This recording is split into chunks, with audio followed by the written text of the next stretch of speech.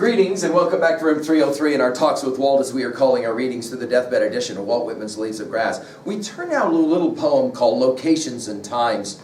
This is poem number 27 of the 29 poems of By the Roadside, so clearly we are coming to the end. I love this set of lines because it originally was a part of Crossing Brooklyn Ferry, and of course we have already commented on the preciousness of that poem.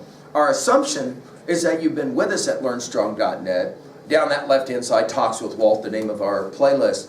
And we've worked everything from inscriptions up through it, obviously, and including Crossing Brooklyn Ferry. We gave a set of introductory comments to Roadside that I'm going to assume that you've already been exposed to. And then we just finished with To Old Age. Now, our Nortons, just to speak of Brooklyn Ferry, our Nortons will tell us that this poem first was printed as poem number 22 in the 1860 Leaves of Grass group. It's actually a revision of four poems. Of 4 lines, 133 to 136, dropped after 1856 from the 1856 Sundown poem, now Crossing Brooklyn Ferry. In 1867, it appeared in the annex Songs Before Parting, which we will obviously get to later. And in 1871, 72, and in 76, it was transferred under the present title to Passage to India. Again, notice how Passage to India keeps coming up again and again in these roadside poems. And finally, of course, in 1881, it made its place here in Roadside. Now, I want to point out, before we read this, the power of the rhetorical question, and especially that that poem we already saw, Hast Never Come to Thee an Hour. Notice how that game gets played here as well. He says it this way: locations and times. What is it in me that meets them all, whenever and wherever, and makes me at home? Forms, colors, densities, odors.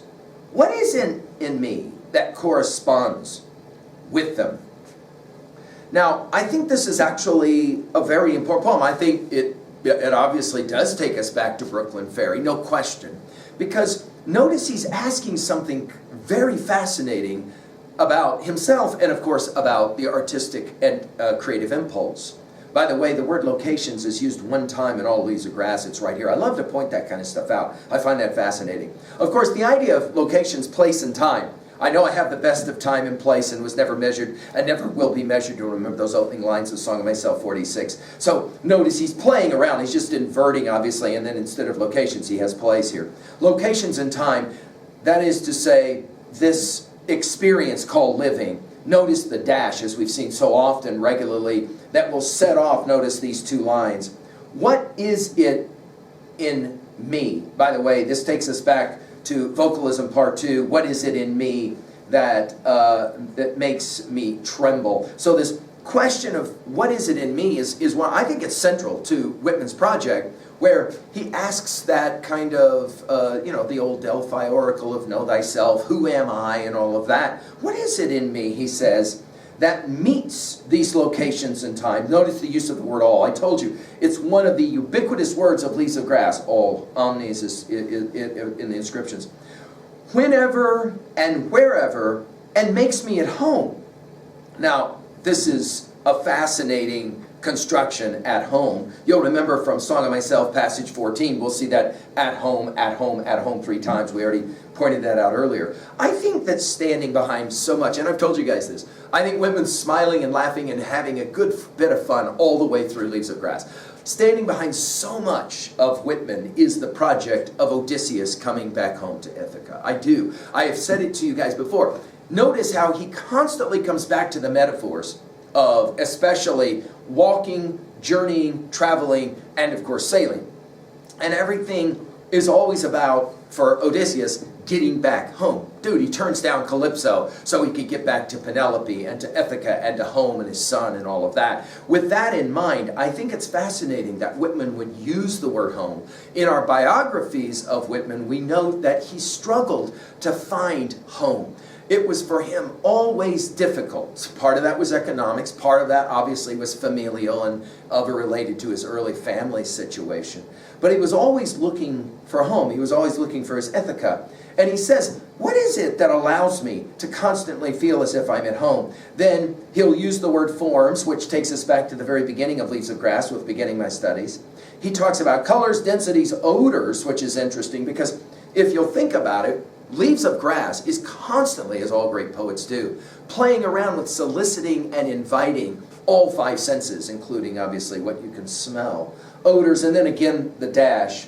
What is it in me, the second time the formulation is used, that corresponds, only use in all of Leaves of Grass. This word gets used one time in all Leaves of Grass, and it's right here. Corresponds with them. Now, I think this correspondence takes us back to the whole notion of adhesiveness that we have seen in a number of other poems. In other words, for Whitman, I think he's trying to live out what Thoreau understood as well from that idea of the Bhagavad Gita, the great Hindu scripture, that you are trying to always recognize yourself in all being and all being in yourself. I think Whitman defined that idea as love. I think Whitman understood that as the foundation of democracy, that we're constantly trying to gain correspondence. We're always trying to understand how we can be home anywhere as long as we have that ability to correspond. And obviously that takes us to our theme here at 2A, that the artist will include, always seek to include everything. That inclusivity is foundational, of course, to Whitman's understanding of democracy. At 3A, I think again, we're back to Tennyson's Ulysses. I say again because in the previous poem about old age, we quoted the lines from Tennyson, I cannot rest from travels, I will drink life to the lees. You'll remember that he also says, I am a part of all that I have met. Yet all experience is an arch, where through gleams that untraveled world, whose margin fades forever and forever when I move. How dull it is to pause to make an end, to rest unburnished, not to shine in use. As though to breathe were life, life, piled on life, for all too little, and of one to me little remains. But every hour saved from that eternal silence, something more, a bringer of new things, and violet were for some 3 suns, to store and hoard myself in this grey spirit, yearning and desire to follow knowledge like a sinking star beyond the utmost bounds of human thought. You can hear that longing for Tennyson of home, and you can clearly play the same game here, which obviously takes us to 3A to finish, in regards to Homer and the Odyssey, and of course Aeneas as well. I mean, think about how the Aeneid, we've given lectures on all these epics at learnstrong.net, but think about the opening book of the Aeneid, and the way in which you have this superhero in Aeneas who is just wishing somehow that he could find a place. Of course, what is he doing? Well, he's missing home. He's missing Troy, obviously, right? Finally, in 3B, how do you correspond? I mean, there's an interesting use of that word, right? How do you find correspondence with all locations and times? To what degree is reading Leaves of Grass helping you guys do that? Some of you smiling even as you think about it. Thank you.